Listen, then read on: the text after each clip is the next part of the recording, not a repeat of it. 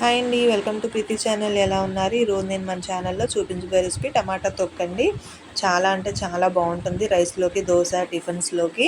ఇంకెందుకు ఆలస్యం, video skip చేయకుండా లాస్ట్ వరకు చూసేయండి. వీడియో లైక్ చేయండి, కామెంట్ చేయడం మర్చిపోవద్దు. కొత్తగా చూస్తున్న వాళ్ళైతే please subscribe my channel. Skip చేయకుండా లాస్ట్ వరకు చూసేయండి. టమాటాస్తో మనము చాలా సింపుల్గా తక్కువ చేసుకోవచ్చు. ముందుగా 4 టమాటాస్ తీసుకున్నాను నేను. శుభ్రంగా కడిగి పక్కన పెట్టుకోవాలి. ఇప్పుడు స్టవ్ మీద వెడల్పాటి కడాయి ఆన్ చేసుకొని ఫ్రైకి సరిపడా ఆయిల్ యాడ్ చేసుకోవాలి. టమాటాస్ని 2 ముక్కలుగా కట్ చేసుకోవాలి. చూడండి, ఇలా సగం కట్ చేసుకుంటే సరిపోతుంది. ఇలా కట్ చేసుకున్న టమాటాస్ని ఆయిల్లో ఇలా లైన్గా పేర్చుకోవాలి. అంటే డీప్ ఫ్రై లాగా కాకుండా కొంచెం మనం కట్లెట్స్ ఫ్రై చేస్తాం కదా, అట్లాగా ఇలాగా టమాటాస్ అంతా కూడా బాగా ఫ్రై చేసుకోవాలి.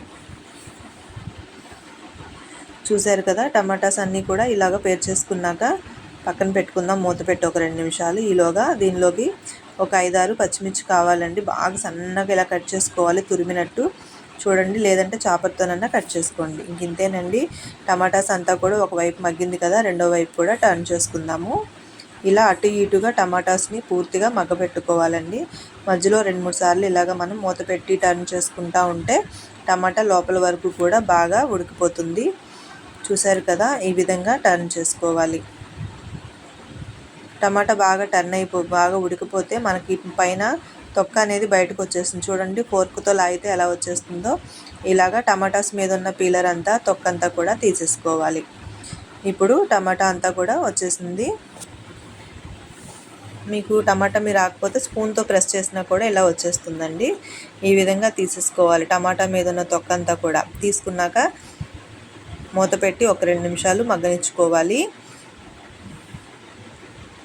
చూసారు కదా, మగ్గింది. ఇప్పుడు దీన్ని మనం స్మాషర్తో స్మాష్ చేసుకోవాలి. టమాటాస్ని ఎంత వీలైతే అంత టమాటాస్ని స్మాష్ చేసుకోవాలి. ఇన్ కేస్ మీకు ఇంకా పచ్చి ఏమన్నా మిగిలితే కనుక మళ్ళీ ఒక 2 నిమిషాలు మూత పెడితే అదంతా కూడా స్మూత్గా ఉడికిపోతుంది. చూడండి, మళ్ళీ ఇంకొకసారి కొంచెం తొక్కలా తగిలింది నాకు అక్కడక్కడ. అందుకని మళ్ళీ రెండోసారి కూడా స్మాషర్తో బాగా స్మాష్ చేశాను, ఇలా పప్పు రుబ్బినట్టు. మొత్తం అంతా కూడా చాలా స్మూత్గా వచ్చేసింది. అయింది కదండి. ఇప్పుడు ఈ మిశ్రమంలో రుచికి సరిపడా సాల్ట్ యాడ్ చేసుకోవాలి. అలాగే ఒక 1/2 స్పూన్ కారం యాడ్ చేసుకోవాలి. నెక్స్ట్ మనం కట్ చేసి పెట్టుకున్నాం కదా పచ్చిమిర్చి మిశ్రమాన్ని కూడా యాడ్ చేసుకోవాలి. మీకు కారం వద్దు అనుకుంటే కంప్లీట్గా పచ్చిమిర్చి వేసుకోవచ్చండి. స్పైసీనెస్ చూసుకొని యాడ్ చేసుకోండి, మిర్చిలో కారాన్ని బట్టి, మనం తీసుకున్న టమాటా ఇంగ్రీడియంట్స్ని బట్టి. ఇప్పుడు అన్నీ కలిపేసుకున్నాక ఒకసారి మూత పెట్టుకొని బాగా కలుపుకోవాలి. చూడండి, గ్రేవీ అంతా కూడా మనం స్మాష్ చేసాం కదా, చాలా జారుగా బాగా వచ్చింది. ఇలా గ్రేవీ అంతా కూడా మూత పెట్టి 2 నిమిషాలకి ఆయిల్ పైకి తేలే వరకు పక్కన పెట్టుకోవాలి. ఇప్పుడు ఆయిల్ తేలిన తర్వాత 1 స్పూను గట్టి పెరుగు యాడ్ చేసుకొని బాగా పచ్చడి మిశ్రమాన్ని అంతటినీ కూడా కలుపుకోవాలి. ఈ టమాటా తొక్కు అనేది, ఇందులో మనం చింతపండు వేయము టమాటాలో, కాబట్టి పెరుగు యాడ్ చేసుకుంటే మంచి ఫ్లేవర్ వస్తుందండి. కలిపేసుకొని పక్కన పెట్టుకొని ఇప్పుడు తాలింపు యాడ్ చేసుకోవాలి. వెల్లుల్లి రెబ్బలు వేసుకోవాలి. ఆవాలు, ఎండుమిర్చి, జీలకర్ర ఇవన్నీ కూడా యాడ్ చేసుకొని తాలింపు మిశ్రమాన్ని యాడ్ చేసుకుందాము.